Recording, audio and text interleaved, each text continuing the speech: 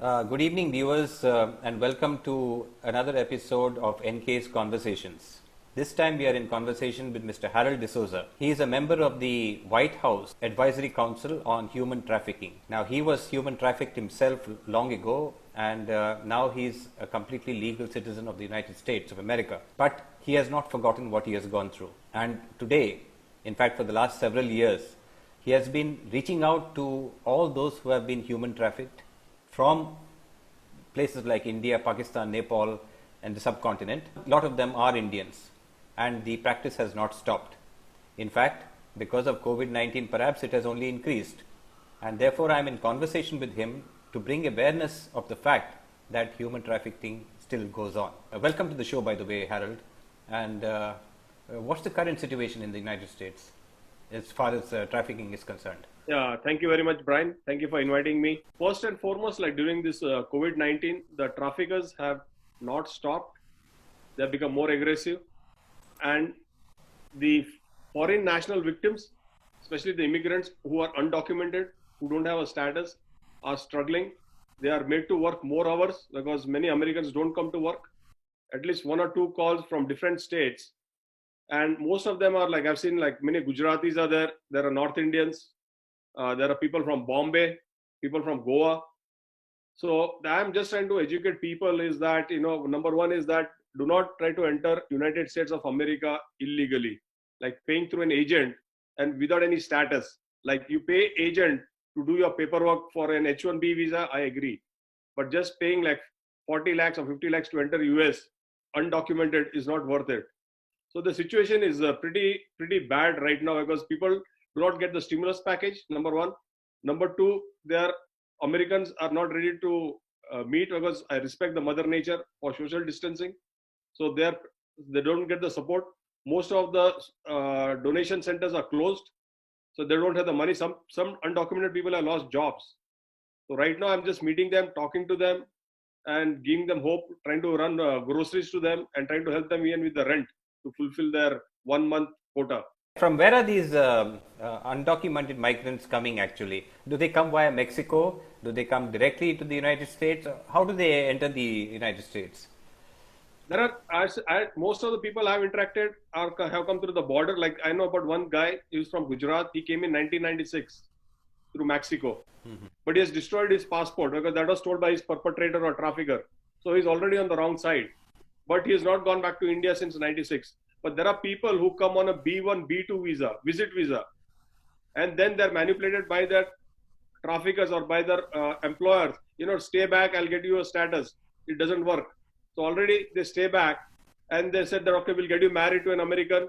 And one classic example, one man from Gujarat, Surat, he came in 2009. He was told that he came on a B1, B2 visa.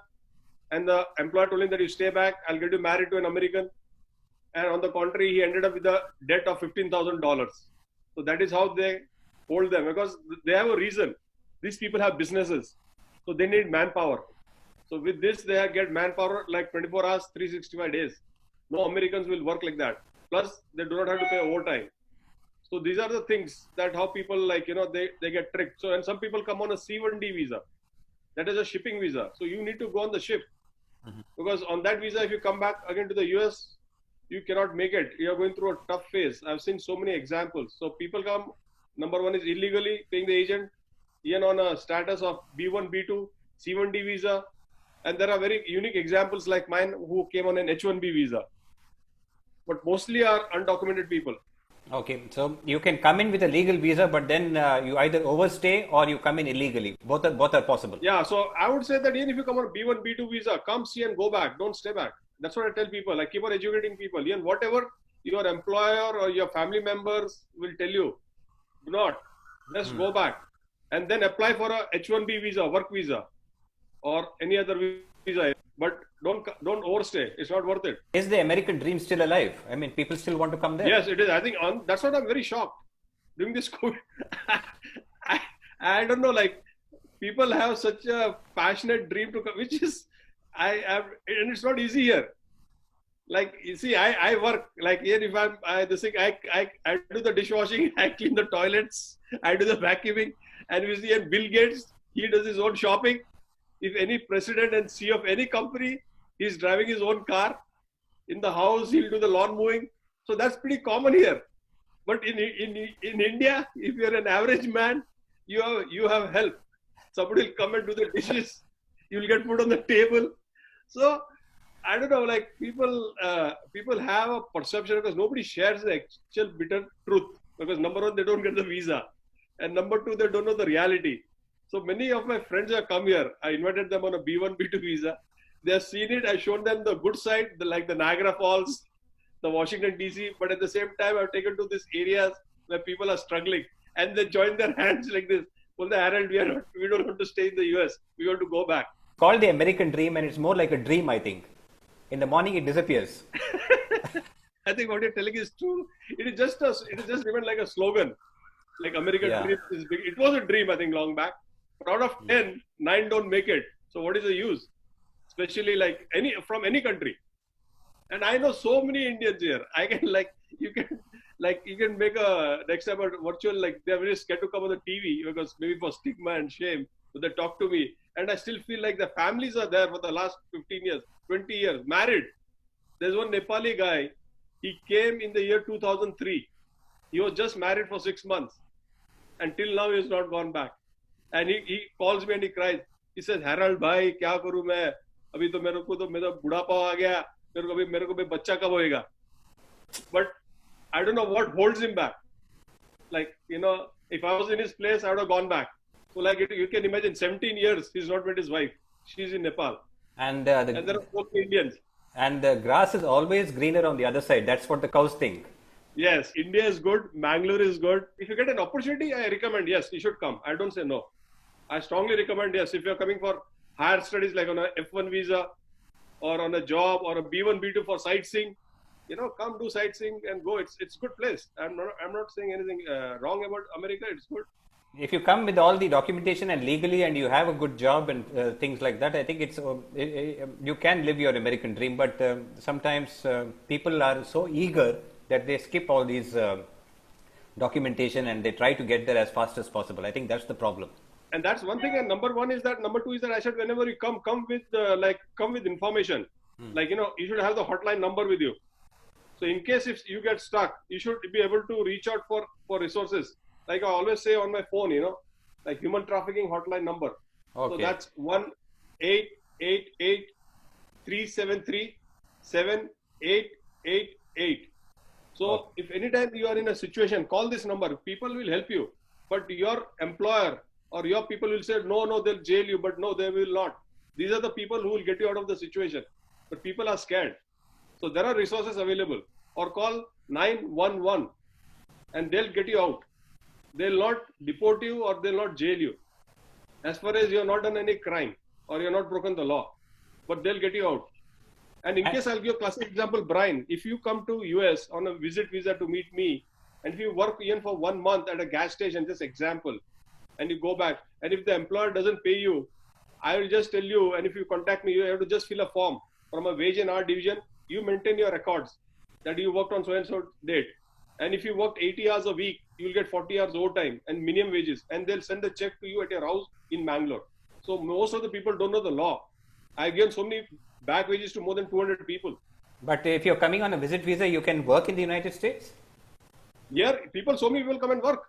And they get exploited. And the thing is that nobody knows the law. In America, you come on any visa, even if you don't have any status. But if you go to the wage and hour division, they do not care whether you have a status. They'll not even ask you, Brian, on what visa you are. They'll just say, okay, you worked here, period. You need to get paid. That's it. So they've got nothing to do with immigration or ISIS or Homeland Security. So they operate separately. So anyone who works here has to get paid even for 1 hour. That's the law. But no one knows that. Yeah, I think so. Yes, absolutely. Now, is there any way or, this advisory council is now probably deliberating on how to stop this trafficking. Is there any move to how to stop it? And can it be stopped? Yeah, see, one thing I'm creating, like in my own way, I told you I started a non-profit Eyes Open International, which I'm doing it. And I'm opening branches in all the countries. So I already appointed a regional director in India. And I'm telling people, educating people, you come, but don't come by paying an agent illegally. So that is what, like say, America is the destination. But India, Pakistan, Mexico, Sri Lanka, they're all the source. So people just come. So that is one way I'm trying to stop at the source and telling them not to come. You're much happy there. If you got 40 lakhs, you can have a good life in India itself. So that is what I'm trying to communicate. Number two is that I just had last week a call in Ohio at the governor's office and at the attorney general's office, and I think we are coming out with a module where you can expunge the felony of a immigrant victim, and we can give him a status. See, in sex trafficking, if you see in the US, especially in Ohio also, if somebody has got a felony, one girl, she shot her pimp and she was given life imprisonment. But just, I think last month, the governor of Mike Devine expunged all the felony and now she's out. So there are laws. So that idea came to us that why not we have a law for these immigrants who are coming like in 1998. Why not expunge their whatever is there? They're not done any criminal records, so we can expunge them and give them a status. So we are working on that. There is one lady from Mangalore, Chikmagalur, Brian, 72 years old. I told you that? No, you have not told me that. Okay, because she's 72 years old. She came to New York in the year November 1998.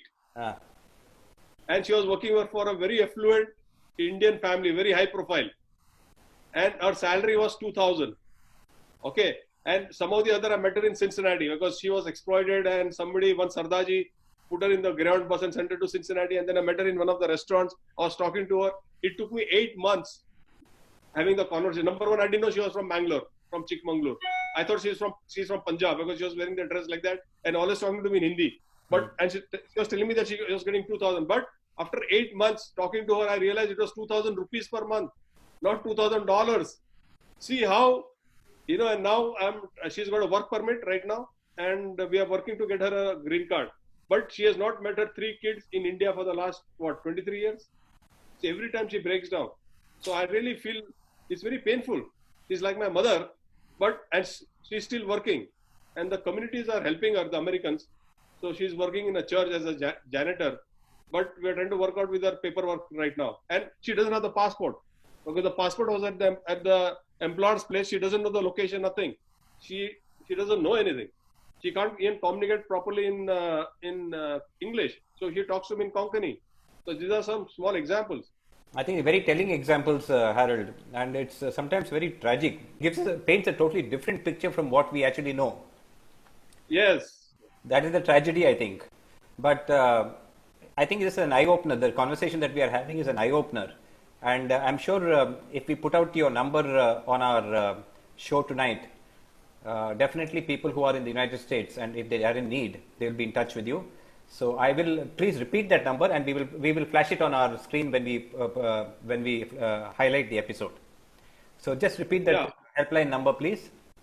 Yeah, that helpline number is the hotline human trafficking number in the United States of America is 1-888-373-7888, and it's 24/7. And even if they got all languages, even if you are talking in Kannada, they have an interpreter there. So it's not necessary you need to know English.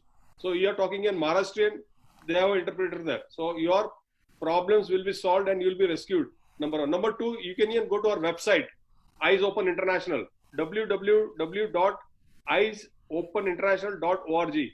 So people communicate us or reach us through our website also. So if you go and Google, you can see the website. Okay. Thank you, Harold, for joining me tonight and actually opening our eyes to what living the American dream is all about. You can live it, but you have to keep your eyes open. That's the thing. You have to dream with your eyes open. That's right. That's the message you're giving me. So thank you very much for joining me, and I'm sure our viewers will be more aware now after we have discussed this. Thank you. Yeah, thank you very much. God bless you. Yes, God bless you too, and all your Thank work. you. I need that.